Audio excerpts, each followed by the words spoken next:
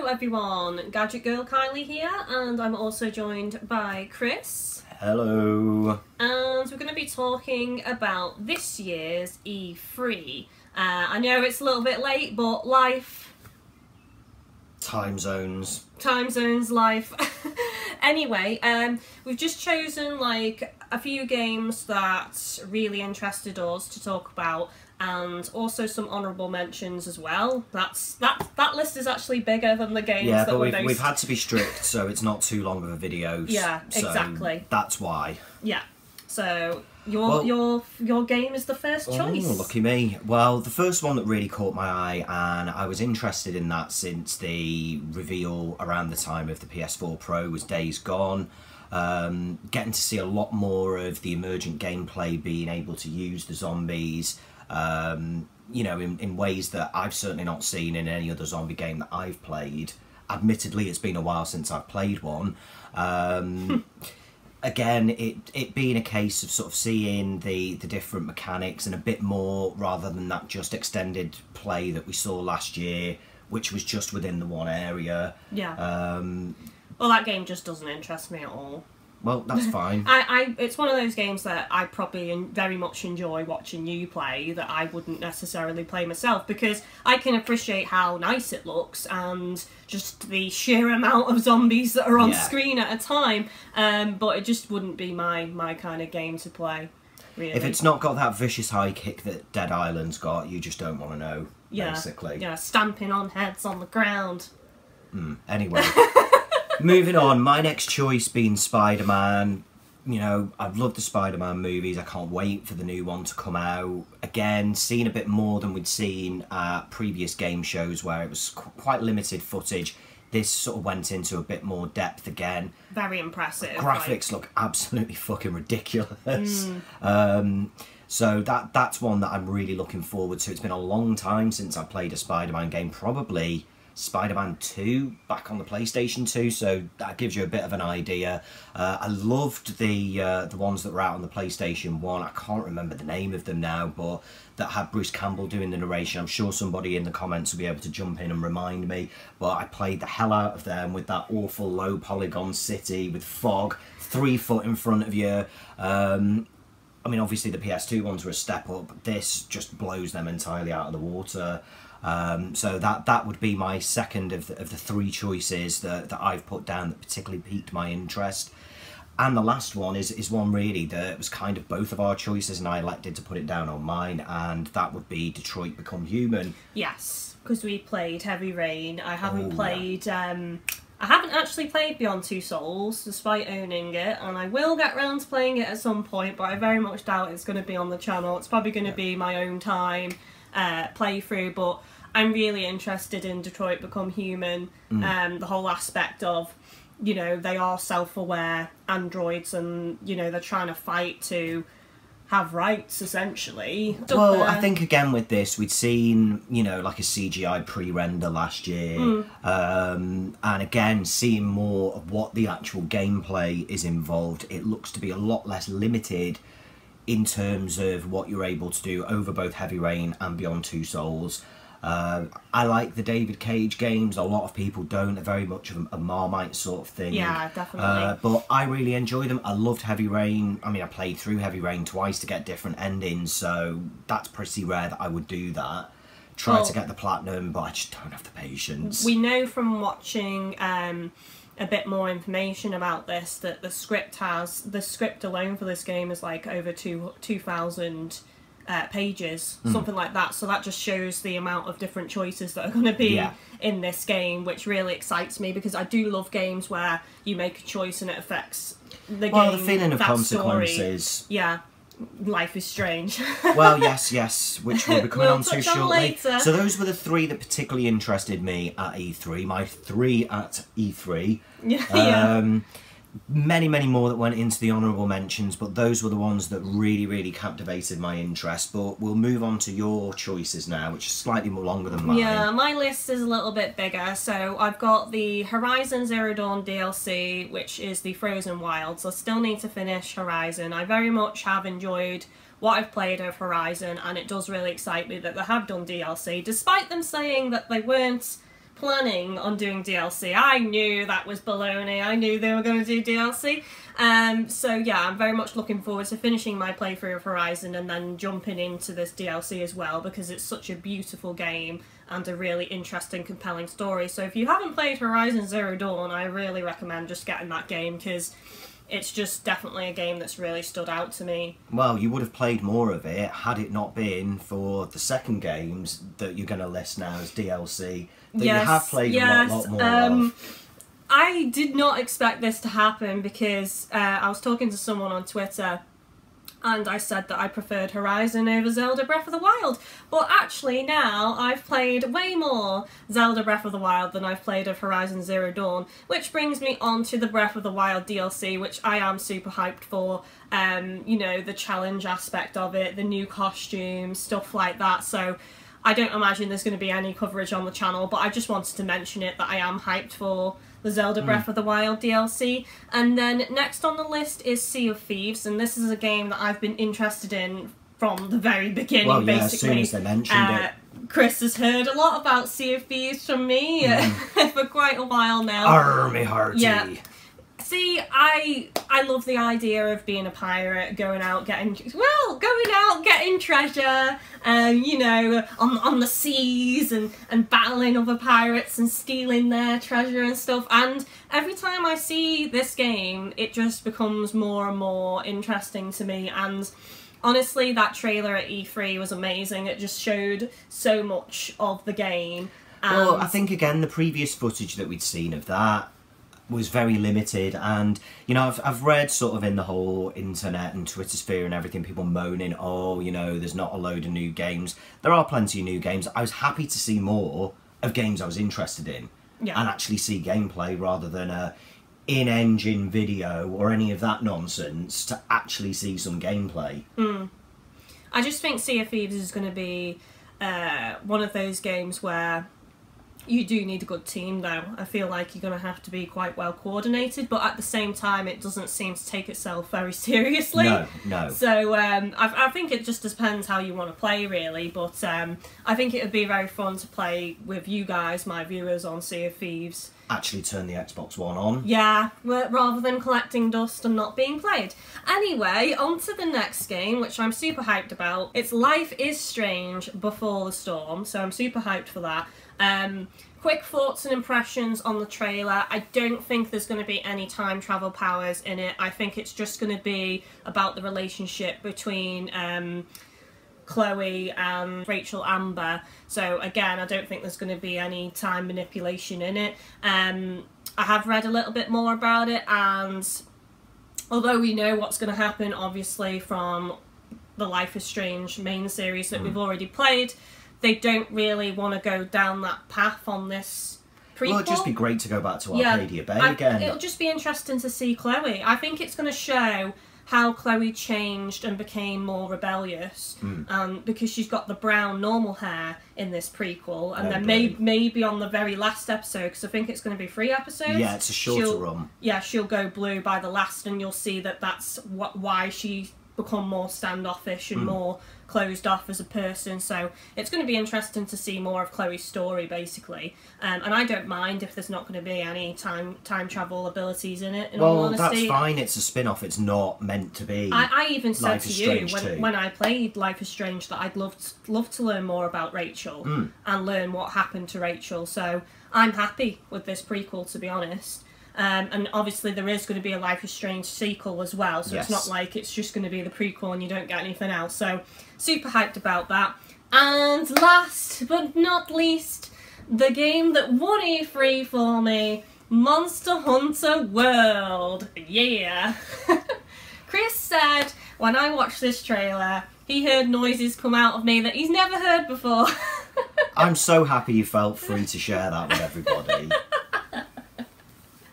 Anyway, that will be the subject of a separate video. I'm not going to talk about Monster Hunter World on this video, because it would just end up being like a 30-minute section just on Monster Hunter World. So I will do a separate video for that, don't worry. Now on to the honourable mentions. So we've got Ashen, which has a very unique art style.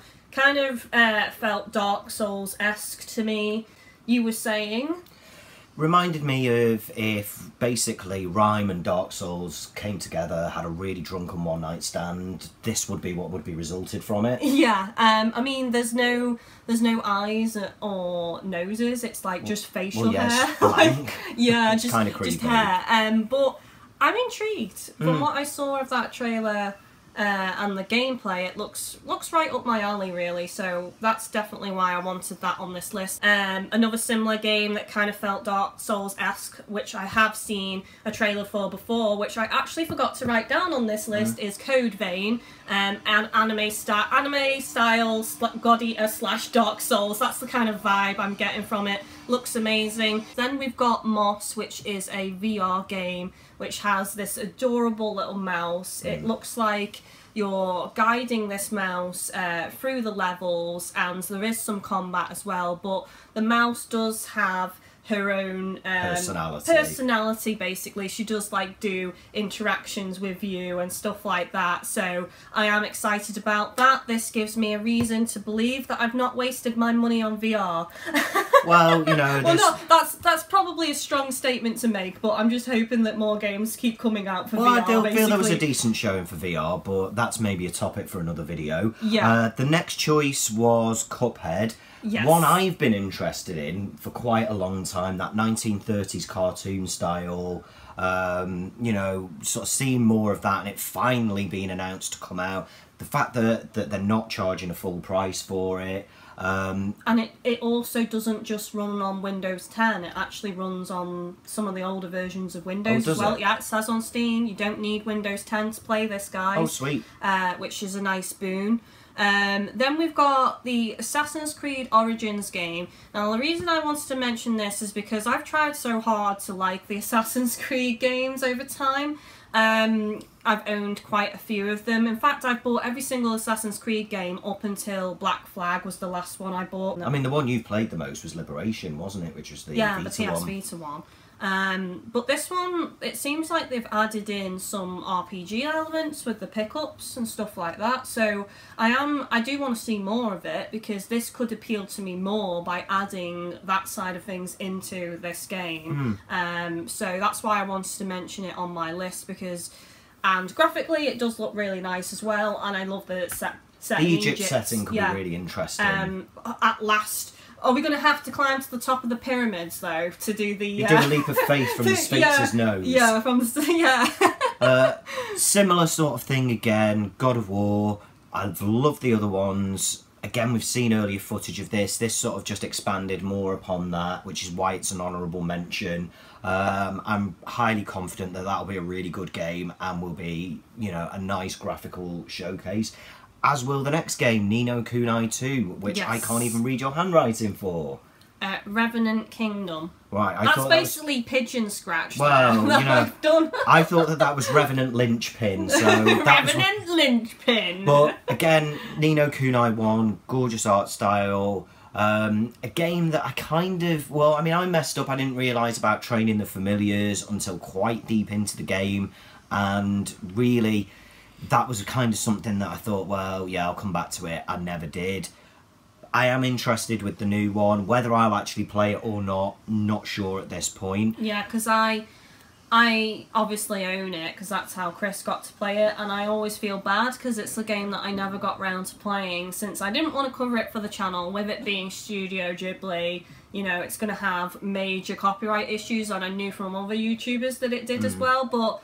That said, I am really interested in this second game, but don't quote me on this. From what I've read, Studio Ghibli is not involved with this second game. Well, no, I think they did the character designs maybe for the first one, but I don't think you're going to get that same animation like you did in the first one in terms of cutscenes. We'll have to see. It still looks really nice. Another VR one to add into the Did Kylie Waste Her Money on VR? Yeah. And a link to Until Dawn as well, and that of course is The Impatient. Yes, so obviously you're in the asylum. I can't remember what that asylum was called. Is it Blackwater Asylum? Something like that, but you're in the asylum that you went through with All Action Mike in the true Until hero Dawn. Of Until Dawn. Yeah, the legend of Until Dawn. We hated him at first, but we ended up falling in love with him through that sequence of the asylum. And the amazing ending that we got for him on the playthrough round at mine, but we won't talk about that, no spoilers. So yeah, you're in the asylum, and it just looks like loads of weird stuff is going to happen, you know, your mind playing tricks on you, and it's just going to be a spook fest because it's in VR. As I've said before, I feel like the horror genre fits VR perfectly, and that's what I want to see more of, to be honest, on VR. Yep. Next one. Shadow of the Colossus for the PS4. Why are you laughing at me? Please continue. It's a remake. I've already read some information about this. There's going to be no extra Colossi, no extra gameplay or anything like that. It's just going to be the original game, but obviously redone and with lovely graphics. And it did look really, really nice from what we saw as well. Yeah. And the next one on the list of honourable mentions, Skyrim VR, another VR experience. I mean, my question for that, and again, if any of you guys know this, because I don't know the answer to this, is this going to be an expansion for people who already own the complete edition on PS4, or is this going to be a separate release? That's kind of the thing that I'd like to know about that. I think that having the ability to play an open world RPG in VR is very appealing. Whether I could stand it for long periods of time and endlessly hearing about arrows and fucking knees in spatial audio. And the same 5 voice actors over and over. Maybe not. We'll see. And then we've got the final one being Skull and Bones. So again, another pirate game. Pirates are so in right now. Yeah. Pirates are the new zombies. But that was just a full cinematic trailer. We did see the gameplay. We saw the multiplayer gameplay. Oh, sugar, yes. I almost forgot about that. That does look really, really good. But we didn't see any gameplay of them going on land. We only saw combat just the sea battles. in the sea. I almost forgot. You just reminded me then. But from what we did see, it does look really great graphics, and it seemed to run really, really smooth as well. So I am interested in that. But I would say out of Sea of Thieves and Skull and Bones, I prefer Sea of Thieves at the moment, but to be fair, I have seen more gameplay of that, and I do want to see some on-ground gameplay of Skull and Bones, really, and see what they're doing with that, to be honest. Somewhere in the ocean there'll be stone towers. There'll be some collector fest of feathers or parrots or something. Parrots, Ubi's gone at Ubi. I can get behind collectible parrots. And that really was the list of what had particularly piqued our interest. There were other ones that we kind of want to see more of. And we didn't really want to make a video that just went on for ages and ages and ages.